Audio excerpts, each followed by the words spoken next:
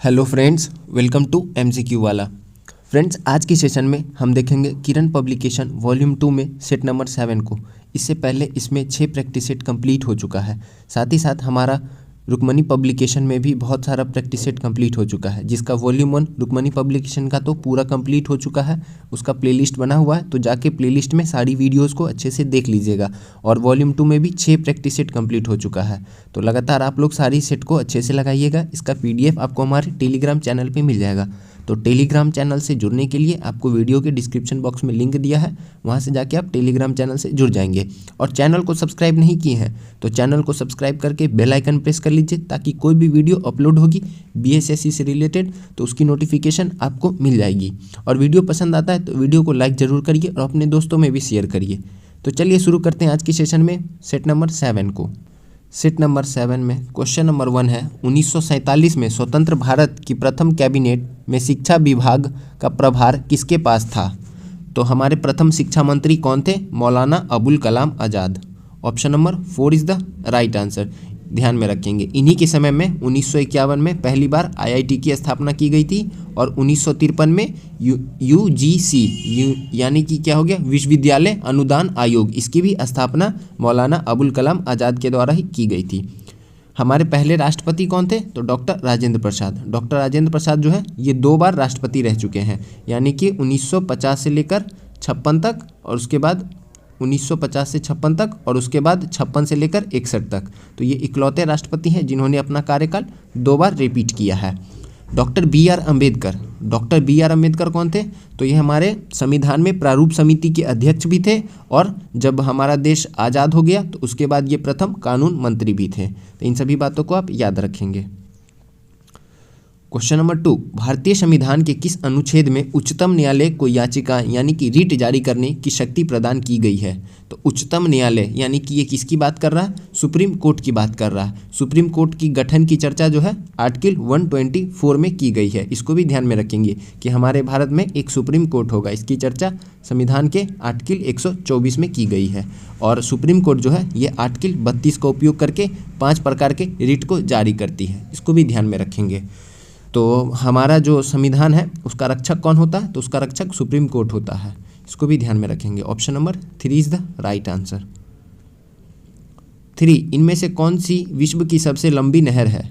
तो विश्व की सबसे लंबी नहर जो है ये कौन सी हो जाएगी? तो ये हो जाएगी Hangzhou Grand Canal. Option number 1 is the right answer. ये कहाँ पे है? तो ये चाइना के बीजिंग शहर में स्थित है। इसको भी ध्यान में रखेंगे। 4, निम्नलिखित में कौन सी जनजाति भगोरिया उत्सव मनाती है? तो भगोरिया उत्सव जो है ये कौन सी जनजाति मनाती है? तो ये मनाती है भील जनजाति। Option number 4 is the right answer. इसको ध्यान में रखेंगे। हमारे देश में जो सर्वाधिक मतलब जनसंख्या के मामले में जनजाति है वो कौन सी जनजाति है? तो वो भील जनजाति ही है। पहले गोंड जनजाति हुआ करती थी, लेकिन अभी 1 नंबर पे भील है और दूसरे नंबर पे गोंड जनजाति है। तो ध्यान में रखेंगे, भगोरिया उत्सव जो है ये भील जनजाति के द्वारा मनाया जाता है। और इनका निवास स्थान कहाँ पे है सर्वाधिक? तो भील जनजाति जो है ये सर्वाधिक रहती है मध्य प्रदेश के क्षेत्र में। 5, निम्नलिखित में से किस कार्यक्रम से पहले गांधी इरविन समझौते पर हस्ताक्षर किए गए थे? तो गांधी जी और इरविन के बीच में समझौता कब हुआ था? ये 5 मार्च 1931 को हुआ था।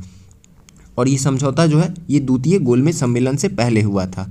तो option number 3 is the right answer. Total 3 गोलमेज सम्मेलन हुए हैं, 1930 में, उसके बाद 1931 में, 1932 में। तो 1931 के गोलमेज सम्मेलन से पहले गांधी जी और इरविन के बीच में पैक्ट होता है। इसी को क्या बोलते हैं? दिल्ली समझौता भी कहते हैं। और इसी के बाद कांग्रेस की तरफ से गांधी जी द्वितीय गोलमेज सम्मेलन में भाग लेने के लिए ब्रिटेन जाते हैं। तो इसको ध्यान में रखेंगे।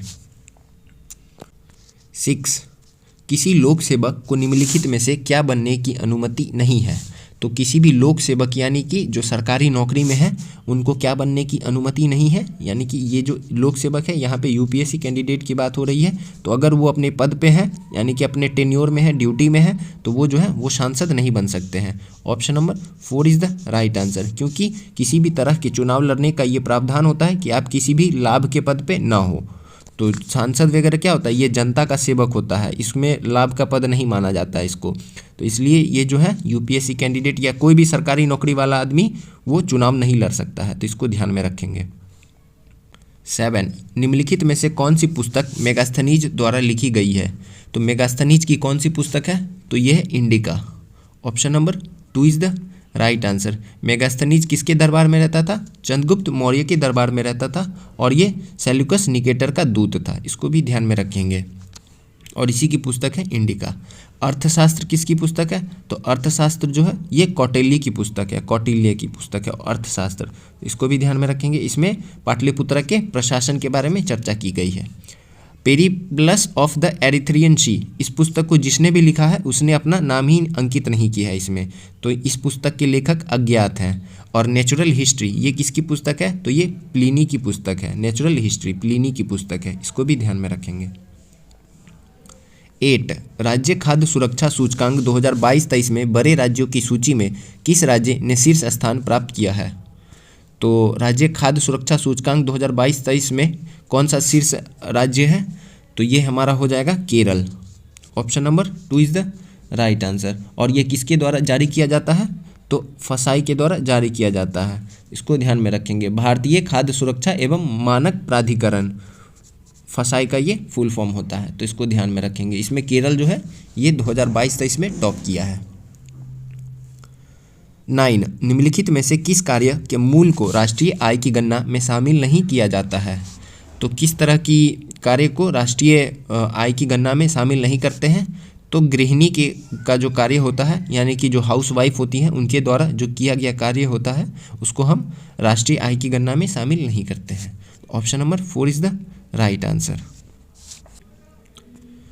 10, निम्नलिखित में कौन सी साहित्यिक कृति संध्याकर नंदी द्वारा रचित है?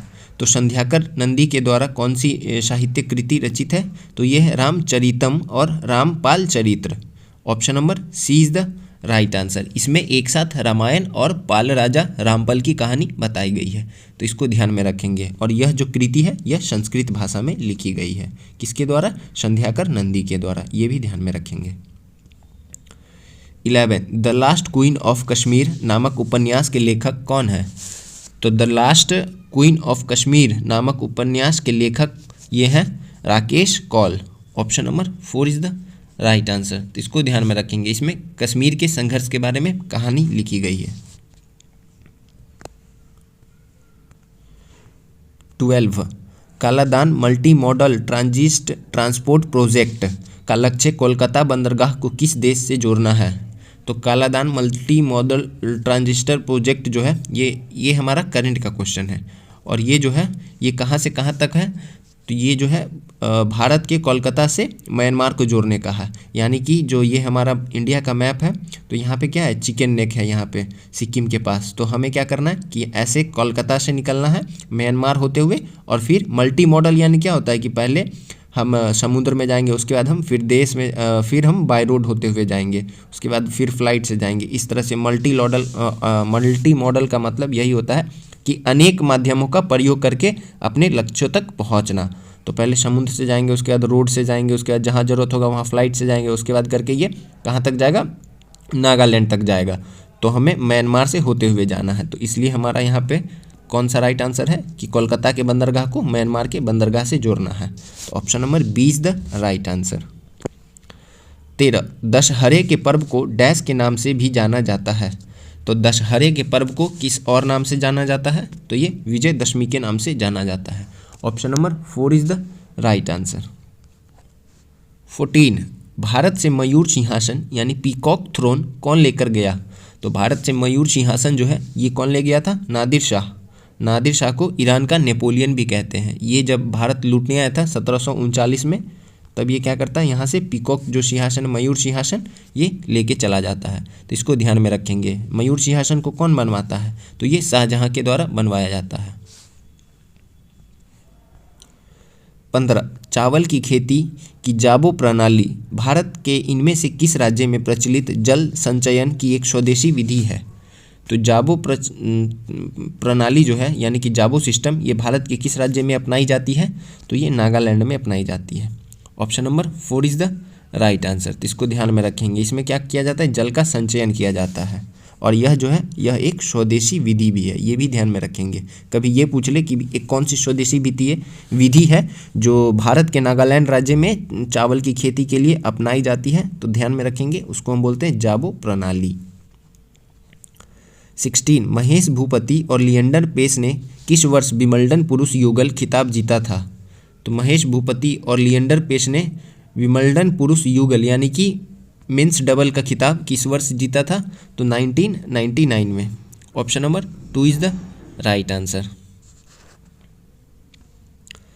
17 मंदाकिनी नदी डैश में अलकनंदा नदी से मिलती है। तो मंदाकिनी जो है ये अलकनंदा नदी से कहाँ पे मिलती है?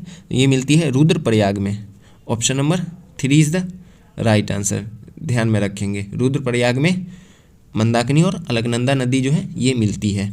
देवप्रयाग में कौन सी नदी मिलती है? तो अलकनंदा और भागीरथी मिलती है देवप्रयाग में, और उसके बाद ये गंगा के रूप में बहने लगती है। तो देवप्रयाग के बाद जो है ये गंगा अपने पूर्ण रूप में आ जाती है, उससे पहले ये दो नदियों में बटी हुई होती है, अलकनंदा और भागीरथी। 18 निम्न में कौन सी घटना 1905 में बंगाल विभाजन से पूर्व घटी थी? तो बंगाल विभाजन से पूर्व जो है ये कौन सी घटना घटी थी? तो चापेकर बंधुओं द्वारा प्लेग कमिश्नर की हत्या। Option number 4 is the right answer, इसको ध्यान में रखेंगे। बंगाल का विभाजन कब होता है? 1905 में। किसके द्वारा? लॉर्ड कर्जन के द्वारा। और उससे पहले ही चापेकर बंधुओं द्वारा क्या किया जाता है? प्लेग कमिश्नर की हत्या कर दी जाती है, इसको भी ध्यान में रखेंगे। 19 निम्नलिखित में किस अंतर्राष्ट्रीय मानवतावादी संगठन की स्थापना के लिए स्विट्जरलैंड व्यवसायी जीन हेनरी ड्यूरेंट मुख्य प्रेरणा थे? तो जीन हेनरी ड्यूरेंट के द्वारा किस मानवतावादी संगठन की स्थापना में मुख्य भूमिका निभाई गई थी? तो इनके द्वारा जो मुख्य भूमिका है वो निभाई गई थी international committee of red cross.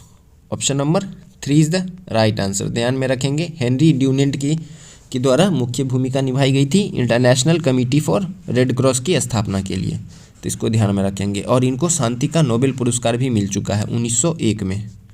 1901 में इनको शांति का नोबेल पुरस्कार भी मिल चुका है।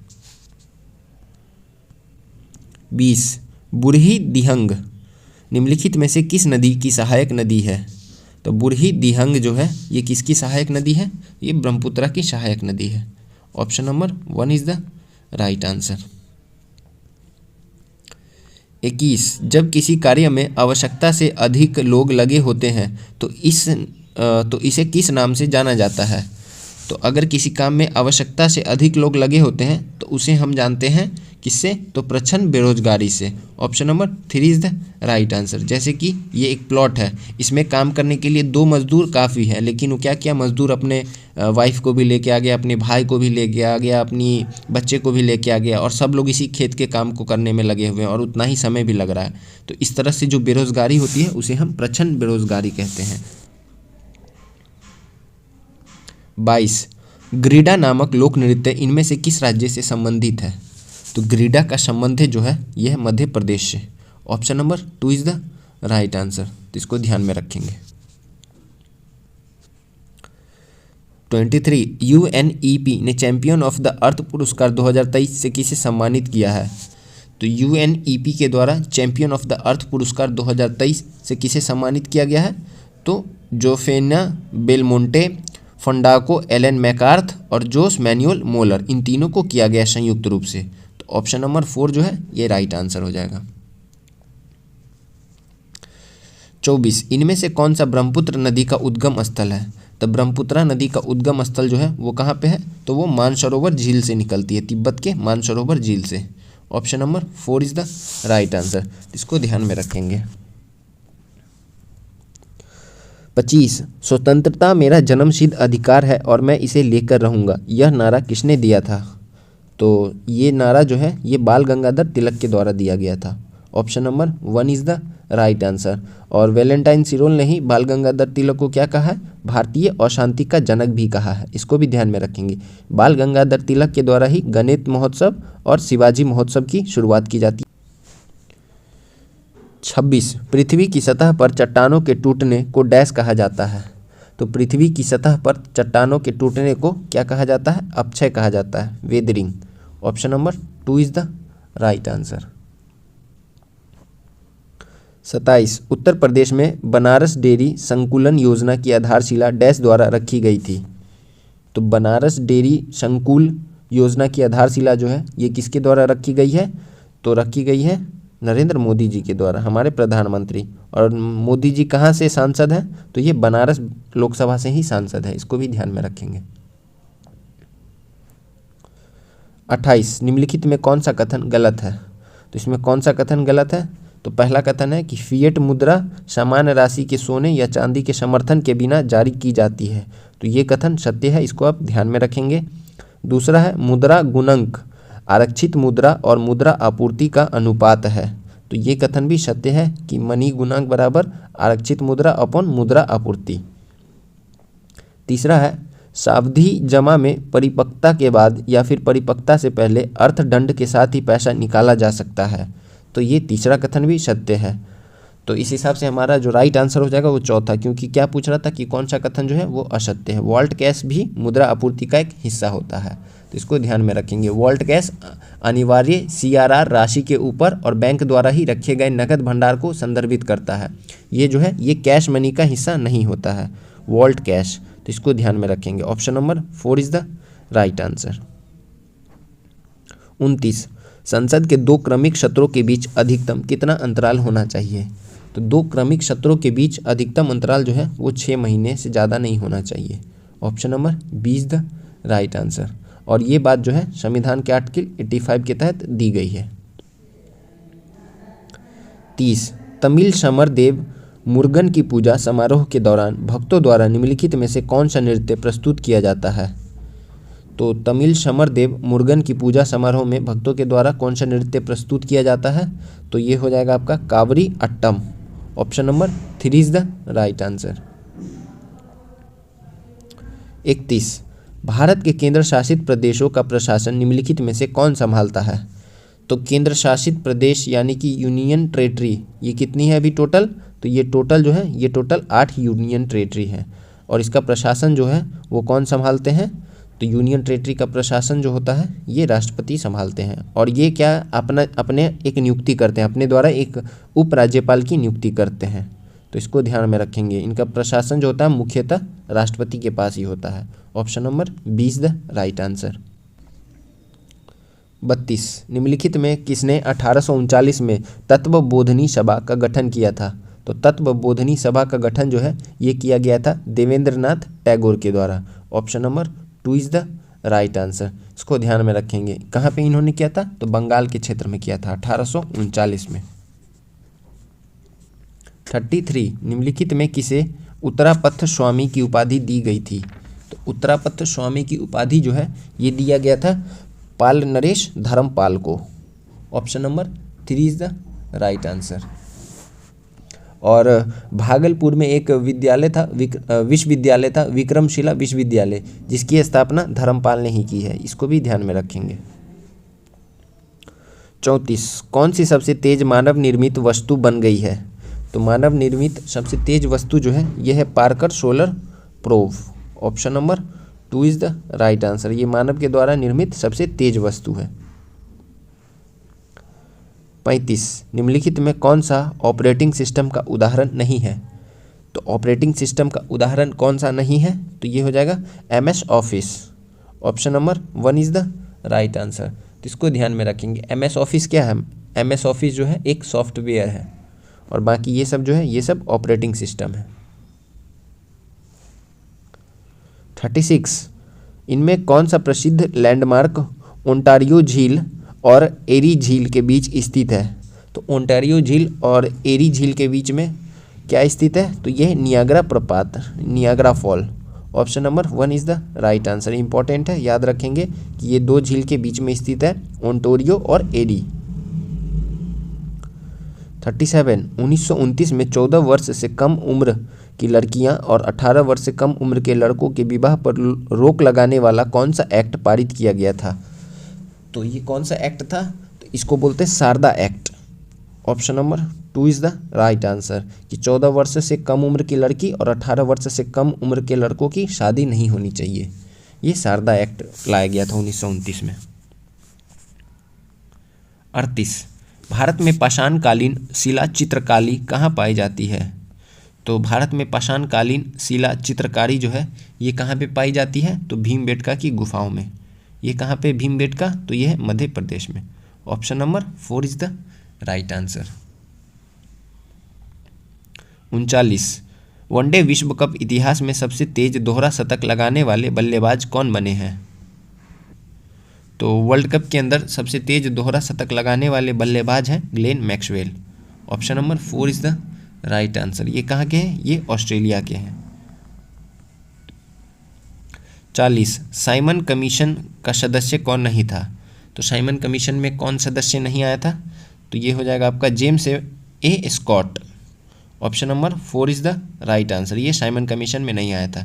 साइमन कमीशन का गठन जो है ये 1927 में किया गया था। 1928 में ये भारत आता है और 1929 में ये रिपोर्ट प्रस्तुत करता है। इसमें कुल 7 सदस्य होते हैं और सातों के सातों अंग्रेज होते हैं, इसलिए इसे श्वेत कमीशन भी कहा जाता है। तो इसको ध्यान में रखेंगे। इसमें जो है जेम्स ए स्कॉट शामिल नहीं था। इसमें कौन कौन शामिल था? तो जॉन साइमन जो कि इसका अध्यक्ष था, Clement Attlee, Harry Levy Lawson, Edward Cadogan, Vernon Hartshorn, George Lane Fox और डोनाल्ड हावर्ड। तो इन सभी को नाम याद रखेंगे। हो सकता है कि आपके एग्जाम में इस तरह से क्वेश्चंस पूछ लिया जाए। 41 आगरा में ताजमहल का निर्माण डैश में पूरा हुआ। तो ताजमहल कब बन के पूरा हुआ था? तो ये 1648 में बन के पूरा हो गया था। Option number 3 is the right answer. 32 में बनना चालू हुआ था और 48 में बन के पूरा हो जाता है। और ये किसके द्वारा बनवाया जाता है? तो ये बनवाया जाता है शाहजहां के द्वारा। और ताजमहल के वास्तुकार कौन था? तो उस्ताद अहमद लाहौरी। इसको भी ध्यान में रखेंगे। और ताजमहल को 1983 में यूनेस्को की विश्व धरोहर स्थल के रूप में शामिल किया गया है। 42 भारतीय संविधान का अनुच्छेद 23 और 24 निम्नलिखित में से किस मौलिक अधिकार से संबंधित है? तो 23 और 24 का संबंध जो है ये शोषण के विरुद्ध अधिकार से है। Option number 1 is the right answer. 23 में क्या है कि मतलब बेकार मजदूरी या अवैध व्यापार नहीं करवा सकते हैं। और 24 में क्या है कि 14 वर्ष से कम उम्र के बच्चों को किसी भी जोखिम भरे काम में नहीं लगा सकते हैं। तो इसको ध्यान में रखेंगे। ये सब क्या है? ये सब हमारा मौलिक अधिकार है। 43 निम्नलिखित में से किस लेखक ने ट्रेन टू पाकिस्तान पुस्तक लिखी है?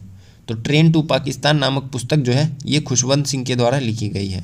Option number 4 is the right answer. ये सब जो है ये करेंट का क्वेश्चन है। 44 कुमारकोम नौका दौर डैश उत्सव के दौरान सितंबर में वेम्बनाड झील में होने वाला सबसे प्रशंसित नौका दौर है। तो कुमारकोम नौका दौर ये कहाँ पे मनाया जाता है? तो ये मनाया जाता है कहाँ पे? केरल राज्य में, ओनम के दिन में। Option number 4 is the right answer. Vembanad झील में मनाया जाता है केरल राज्य में ओनम फेस्टिवल के दिन में कुमारकोम नौका दौर। इसको आप याद रखना। 45 भारत में अलकनंदा नदी और भागीरथी नदी कहाँ पे मिलती है? तो अलकनंदा और भागीरथी जो है ये कहाँ पे मिलती है? तो अभी मैंने बताया था एक ऊपर क्वेश्चन में कि ये देवप्रयाग में मिलती है। इसके बाद ये गंगा के नाम से जानी जाती है। तो इसको ध्यान में रखेंगे। Option number 1 is the right answer. 46 आईने अकबरी जो अकबरनामा पुस्तक का तीसरा खंड है डैश से संबंधित है। तो आईने अकबरी जो अकबरनामा पुस्तक का तीसरा खंड है इसका संबंध जो है वो किससे है? तो ये है अकबर के प्रशासन से। Option number 4 is the right answer. और अकबरनामा किसके द्वारा लिखा गया है? तो ये अबुल फजल के द्वारा लिखा गया है जो कि फारसी भाषा में है।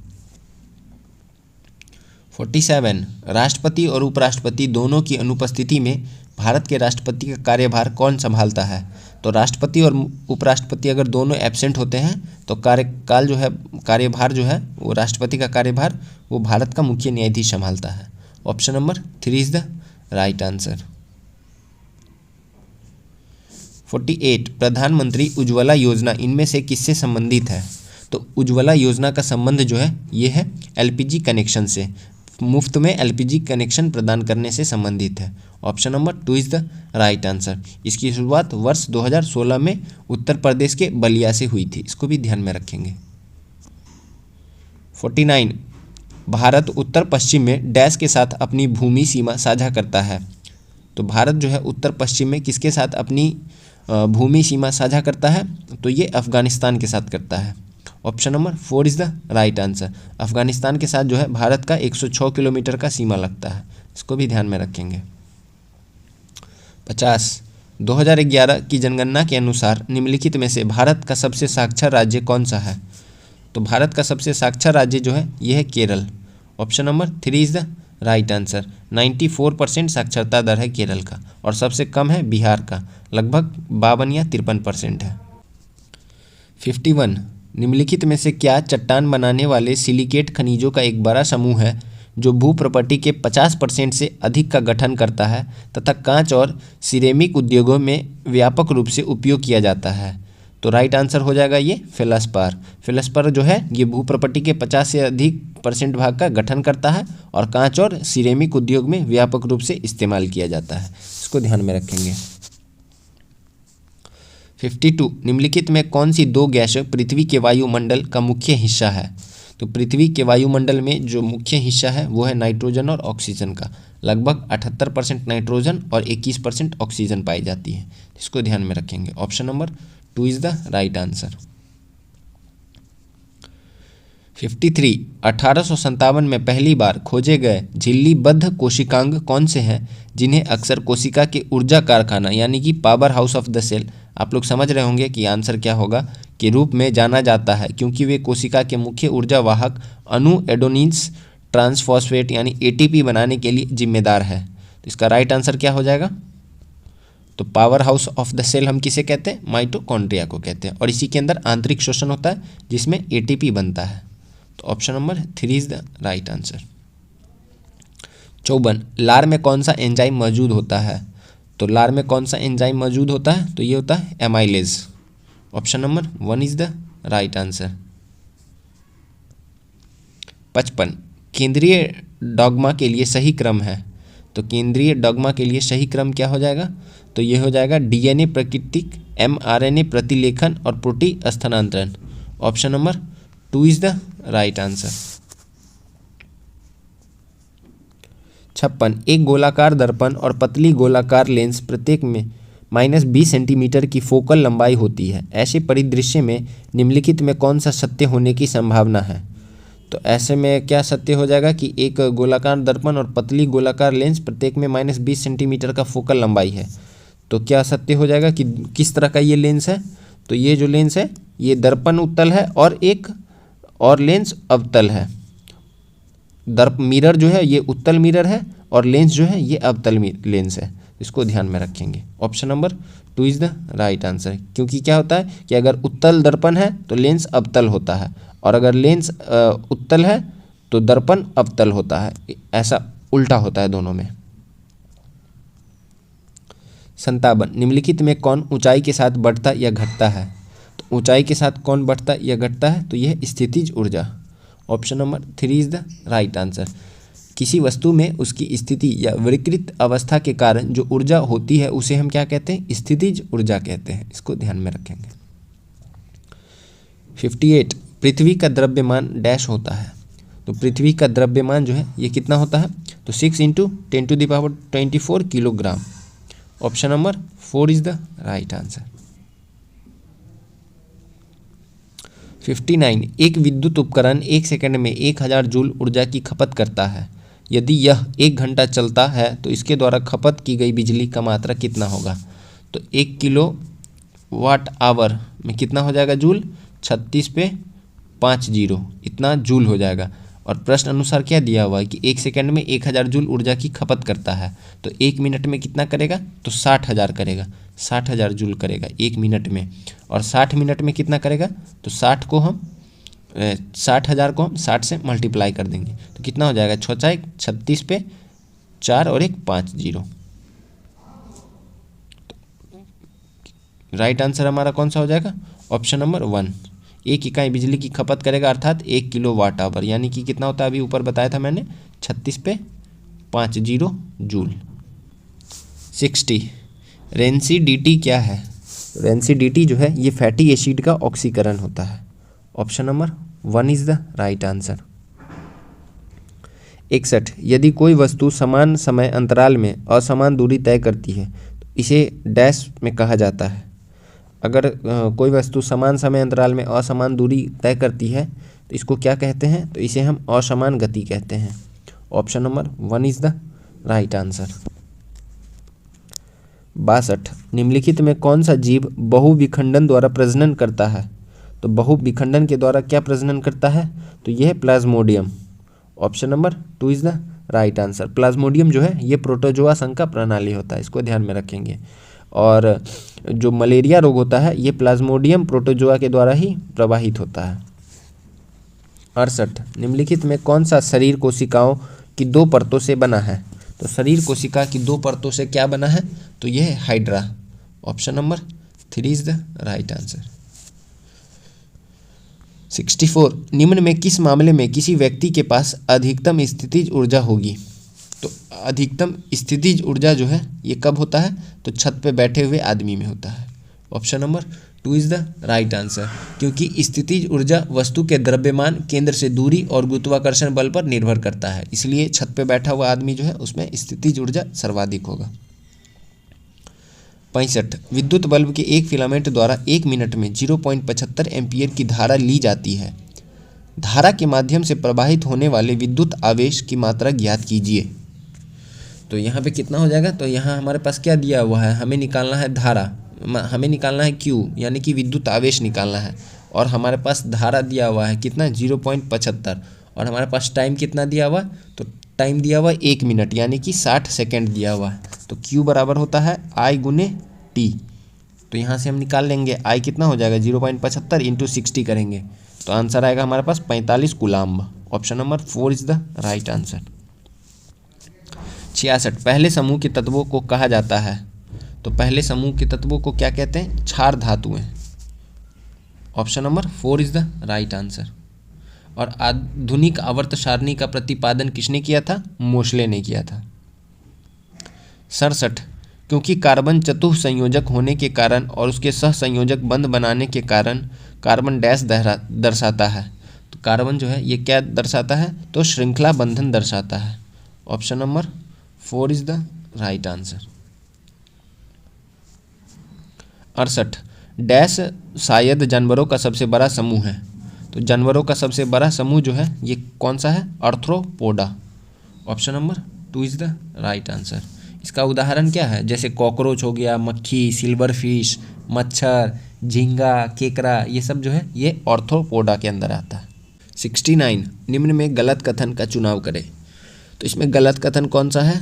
तो Na की पहली आयनीकरण क्षमता Mg की पहली आयनीकरण क्षमता से कम है, ये कथन तो सत्य है। दूसरा, Mg की दूसरी आयनीकरण क्षमता Na की दूसरी आयनीकरण क्षमता से अधिक है, तो यही असत्य था। तो ऑप्शन नंबर बी जो है ये राइट आंसर हो जाएगा। मैग्नीशियम की दूसरी आयनीकरण क्षमता सोडियम की दूसरी आयनीकरण क्षमता से कम होती है, ना कि अधिक होती है, इसको ध्यान में रखेंगे। बाकी एल्युमिनियम की पहली आयनीकरण क्षमता मैग्नीशियम की पहली आयनीकरण क्षमता से कम होती है, और मैग्नीशियम की तीसरी आयनीकरण क्षमता सोडियम की तीसरी आयनीकरण क्षमता से अधिक होती है। तो दूसरा, पहला, तीसरा और चौथा कथन सत्य था, दूसरा असत्य था। 70, प्रतिध्वनि को कम करने के लिए ऑडिटोरियम की छतों और दीवारों को किससे ढका जाता है? तो प्रतिध्वनि को कम करने के लिए ऑडिटोरियम में छत और दीवार को हम किससे ढकते हैं? तो इसमें प्रयोग किया जाता है फाइबर बोर्ड का। Option number 4 is the right answer. 71, polish सतह पर प्रकाश की एक किरण सतह पर मिलने के बाद उसी माध्यम से लौटती है, उसे क्या कहा जाता है? तो उसे हम क्या कहते हैं? तो उसे हम परावर्तन कहते हैं। Option number 4 is the right answer. 72, विद्युत धारा को मापने के लिए किस उपकरण का उपयोग किया जाता है? तो विद्युत धारा को मापने के लिए अमीटर का उपयोग किया जाता है। Option number 4 is the right answer. 73, dash एक थर्मोप्लास्टिक पॉलीमर नहीं है। तो इसमें थर्मोप्लास्टिक पॉलीमर कौन नहीं है? तो बेकेलाइट जो है ये थर्मोप्लास्टिक पॉलीमर नहीं है। Option number 1 is the right answer. तो इसको ध्यान में रखेंगे। बेकेलाइट एक आरंभिक प्लास्टिक होता है। 74, सांस लेने की प्रक्रिया में डैश शामिल है। तो सांस लेने की प्रक्रिया में क्या शामिल होता है? प्रश्वसन व निश्वासन। Option number 3 is the right answer. 75, डैश में विसरण अत्यधिक तीव्रता से होता है। तो तो विचरण सबसे अधिक किस में होता है? तो ये गैसों में होता है। Option number 1 is the right answer. तो आप कमेंट बॉक्स में बताएंगे कि आप इन 75 क्वेश्चन में कितने क्वेश्चंस आपके सही हुए हैं। तो आप कमेंट बॉक्स में ज़रूर बताएंगे। और आप लोग वीडियो सेशन को लाइक ज़रूर करिएगा और अपने दोस्तों में भी शेयर करिएगा ताकि उनका भी हेल्प हो जाए। और इसके आगे का जो मैथ और रीजनिंग का क्वेश्चन है उसका PDF आपको हमारे टेलीग्राम चैनल पर मिल जाएगा। तो टेलीग्राम से जुड़ने के लिए वीडियो के डिस्क्रिप्शन बॉक्स में लिंक दिया है, वहाँ से जाके टेलीग्राम से जुड़ जाएंगे। और अभी तक चैनल से नहीं जुड़े तो चैनल को सब्सक्राइब कर लीजिए, बेल आइकन को प्रेस कर लीजिए और चैनल से जुड़ जाइए। तो कल मिलते हैं नई प्रैक्टिस सेट में, सेट नंबर 8 में। तब तक के लिए थैंक यू, जय हिंद।